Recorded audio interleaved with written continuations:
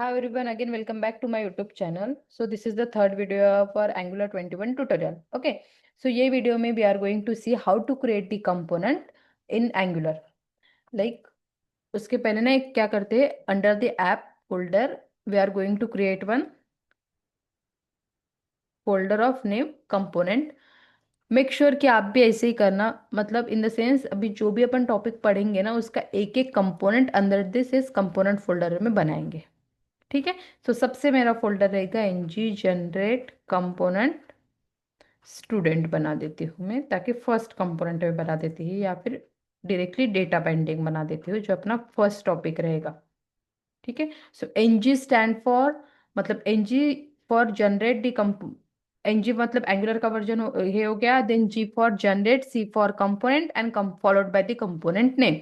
Otherwise NG generate component और component का नाम, आप ऐसे भी कंपोनेंट क्रिएट कर सकते हैं। You can use the short form, otherwise full भी लिख सकते हैं, like N G generate and then component.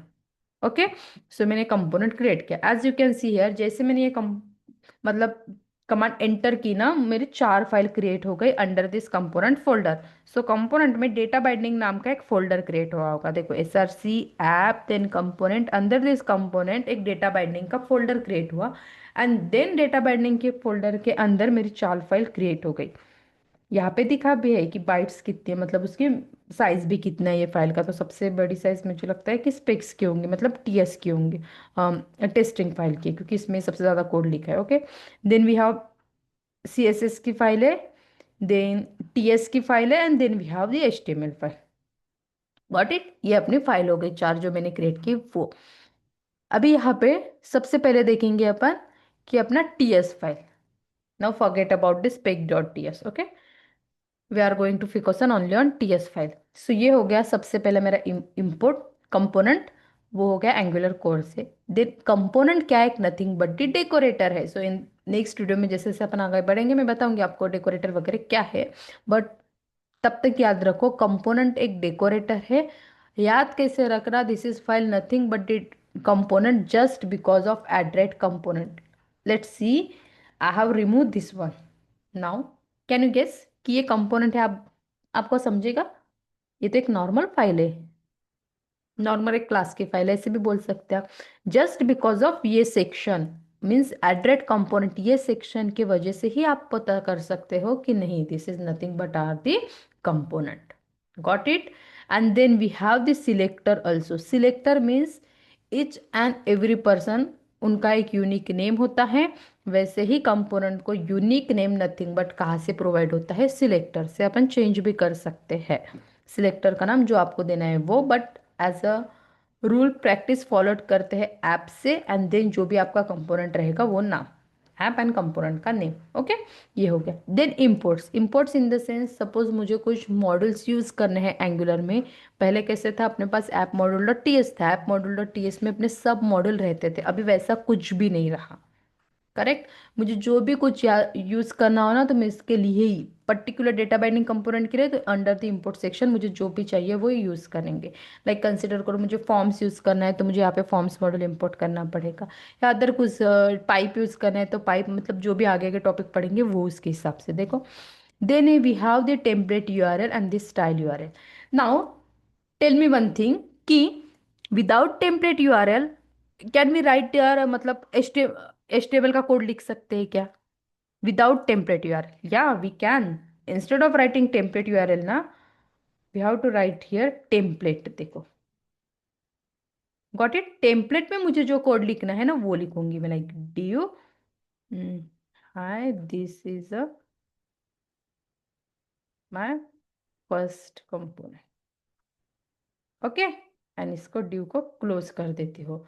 Now एक तो टेम्पलेट चाहिए या फिर टेम्पलेट यूआरएल। सो मैं टेम्पलेट यूआरएल को निकाल देती हूँ, अपने को सिर्फ टेम्पलेट पर्पज चाहिए। और ये कंपोनेंट को मुझे अभी चेक करना है, कहाँ पे, मेरे यहाँ पे। दिखाई दे रहा है कि इसका output this is my first component, नहीं दिखाई दे रहा, जस्ट बिकॉज ये कंपोनेंट उसके लिए आपको कहाँ पे ऐड करने का पड़ेगा। मेन कंपोनेंट कौन सा है, एंट्री कंपोनेंट कौन सा है, अपना ऐप कंपोनेंट डॉट एचटीएमएल। सो मुझे इसका सिलेक्टर ऐप कंपोनेंट पे यूज करना पड़ेगा, क्योंकि अभी तक राउटिंग अपन ने नहीं किया है। सो मुझे ऐप कंपोनेंट में मेरा जो भी कंपोनेंट अभी रन करना है वो ऐड करना पड़ेगा। HTML में डाला, दैट मीन्स TS में भी डालना पड़ेगा अपने को उसके एंट्री, डाटा बाइंडिंग। अभी ना कंपोनेंट नाम लिख के नहीं आता था, पहले कंपोनेंट नाम भी लिख के आता था, लाइक डेटा बाइंडिंग कंपोनेंट, अभी जस्ट डेटा बाइंडिंग आता है। This is not angular 21, previous version of angular से चेंज हुआ है। देखो, this is my first component. अभी मैं देखो, इन दैट केस अभी मैंने टेम्पलेट में इतना लिखा और वो मेरा लोड हो गया। अभी मुझे टेम्पलेट यूआरएल की ज़रूरत है क्या इसमें से? ये डेटा बाइंडिंग HTML की ज़रूरत है क्या? नहीं, मैं इसको डिलीट भी कर सकती हूँ। लाइक कंसिडर करो आप एक बड़े कंपनी में काम कर रहे हो, वहां पे 100 ऑफ कंपोनेंट्स है, ओके, एक प्रोजेक्ट में। तो ईच कंपोनेंट में देखो नथिंग बट ये फाइल जो डेटा बाइंडिंग डॉट HTML है, इसका साइज भी कुछ तो भी है 28 बाइट्स। अभी अननेसेसरी इतनी बड़ी बड़ी फाइल बना रहे हो, कुछ पर्पस है क्या इसका? नहीं। तो बिल्ड में इसका भी बिल्ड बनेगा ना, तो इंस्टेड ऑफ डूइंग मतलब क्रिएटिंग सेपरेट फाइल, छोटा सा 1 लाइन का कोड है, सिर्फ लोडर का ही कोड है। कोई कोई देखो अपन प्रोजेक्ट में लोडर क्रिएट करना हो तो अपन सेपरेट HTML फाइल क्रिएट करते हैं ना। तो instead of creating separate HTML file, what you can do, you have to just create a single like मतलब single file of component. Single एक फाइल कंपोनेंट क्रिएट करो TS में, और जो भी कोड लिखना है टेम्पलेट में यहीं पे लिख दो। Why are you creating this separate file for the loader? Correct, जो सिर्फ 3 लाइन का लोडर है उसके लिए क्यों करेंगे ना, उससे अच्छा टेम्पलेट क्रिएट करके लिखो। Same for style also, correct ना? स्टाइल का भी स्टाइल यूआरएल से यूज करने से अच्छा है स्टाइल्स यूज करो। Got it?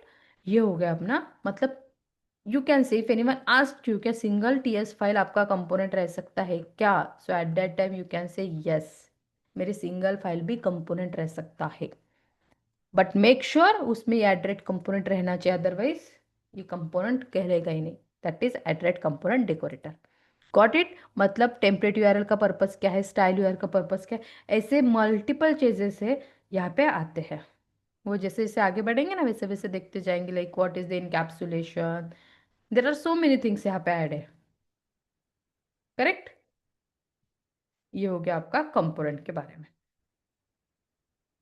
Now next video में अपन देखेंगे कि डेटा बाइंडिंग क्या है, मतलब मल्टीपल वेज क्या है कि like data component sorry variable declaration के इन एंगुलर में। टिल नाउ आप इतना प्रैक्टिस करो और टेम्पलेट यूआरएल रिमूव करके इसको डिलीट भी कर सकते हो। लेट मी डिलीट दिस, इसको डिलीट भी कर सकते हैं अपन। करेक्ट, डिलीट भी करते हैं। तो उसके लिए मुझे कोड कौन सा चाहिए मेरा, वो वाला लगेगा ना, instead of template URL I have to template. और स्ट्रिंग में नहीं देना, एस्केप का सिंबल ये देख के यहाँ पे जो भी लिखना है वो लिखना है। ठीक है, देखो हाँ आ गया। सो मेरा 3 फाइलें रह गई। SCSS की भी ज़रूरत नहीं है तो मैं इसको भी डिलीट कर दूंगी, सॉरी SCSS नहीं, स्पेक की उसको भी डिलीट कर देती हूँ।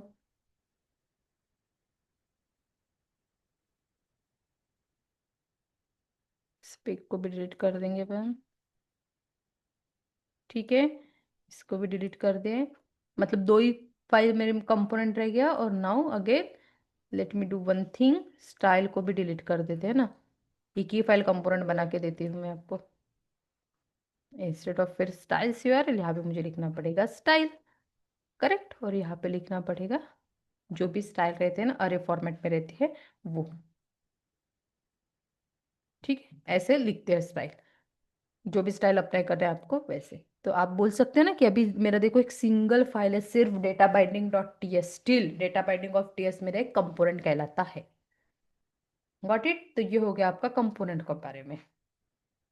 अभी इसमें भी बहुत सारी चीजें हैं, वो जैसे जैसे आगे जाएंगे ना वैसे वैसे बताते जाऊंगी मैं। ठीक है, तो आप मल्टीपल कंपोनेंट क्रिएट करके इसकी प्रैक्टिस करके रखना कि इसको लोड कैसे करते हैं, टेम्पलेट कैसे करते हैं, स्टाइल कैसे, यूआरएल कैसे, पर्पस क्या है। ओके, सो नेक्स्ट वीडियो में अपन देखेंगे कि डेटा बाइंडिंग के बारे में। Okay then, thank you.